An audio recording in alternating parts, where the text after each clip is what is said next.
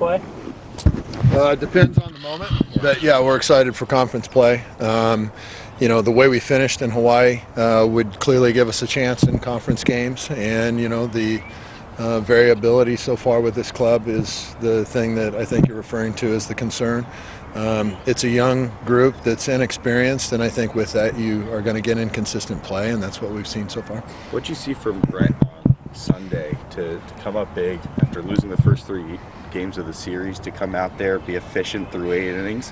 What'd you see in that start, and what do you think that means for him going forward? Well, I mean, it'd be great if he threw a no-hitter every time he pitched. What I saw from the dugout was a guy that was cutting him up, and he looked really good. He's looked really good a lot.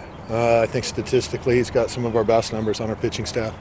I don't know, Brett's just done a nice job from the time that I saw him here in the fall. He's been one of our more reliable, or most reliable pitchers, and just what he's doing is plenty good enough, so I hope he continues it. And then Kenyon came out for an inning on Sunday as well. Not his most efficient inning, to say the least, but do you think he's just trying to get his feet under him and get back to what he can do? You're not going to see the 94, 96 mile an hour Kenyon Yovan yet.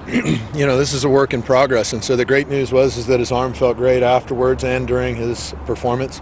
And it's a building process for Kenyon. You know, this is a young man that was told that he could possibly lose his arm, and that doctors said that he would never pitch again, and he's pitching again, and so he's defied odds. You know, how good this thing gets for Kenyon will be really exciting to see. I'm just excited every time he toes the rubber right now, because they said he couldn't do it, and he's doing it. And the success isn't what he's accustomed to, and I know the work that he's going to put in is going to maximize whatever God's going to allow him to do. I'm just excited for the young man. He's passionate. He loves what he does, and even seeing him this weekend when it wasn't his best outing of his career, it's still awesome to see him on the mound, because he's doing something they said he couldn't. What about him hitting though? I'm sure you can. Yeah, for that. What he's doing with his hitting speaks for itself. You know, he doesn't need me to chime in. It's pretty spectacular. Brett Walker, any particular buttons you guys tried to push to get this out of him, to help him take a leap from last year? Oh, geez, I don't know. You know, I mean, Coach Angier's been working with those guys quite a bit. You know, and I'm not exactly sure about that. I mean, you know, I know he wants to be a starter here, and when you scale back into conference play, not only do you scale back the roster size that you travel with, but you scale back the number of starters, because instead of going from 4 games on a weekend, you go to 3, so somebody's not starting anymore. So it's usually the guy that's pitching the best, or the 3 that are pitching the best, and that's the case. And so, you know, Brett Walker will move into the rotation for our Sunday job this weekend, and, you know, credit to him, he deserves it. You look at some of the pitching numbers from the past weekend, I think some of them a little bit inflated from 1 or 2 big innings per game. What can you do as a coaching staff, mentally with the team, to, I guess, prevent those big innings and keep your team in games? Coach them better in the innings where they're not doing good, you know, and when they are doing good, then let them continue to do what they're doing good. So, yeah, we'll take the hits for the bad innings, and they can take the credit for the good innings. Hopefully we'll have a lot more times where they're taking the credit than this weekend.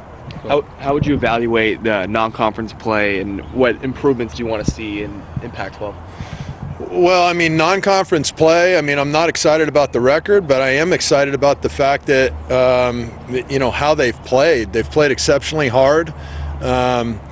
Going into this thing, I didn't have any expectation on what the record should be when non-conference play ended. I really didn't know, you know. I mean, this is such an inexperienced group. I wanted to see him compete. I wanted to see him improve, and we've seen that tremendously. I'd love to see a different record, but you can't control that right now. I like the attitude that they brought to the table on day 4 out in Hawaii, where that could have easily been the day where they got beat 13-2 instead of them beating somebody 13-2, because it didn't go good the first 3 days.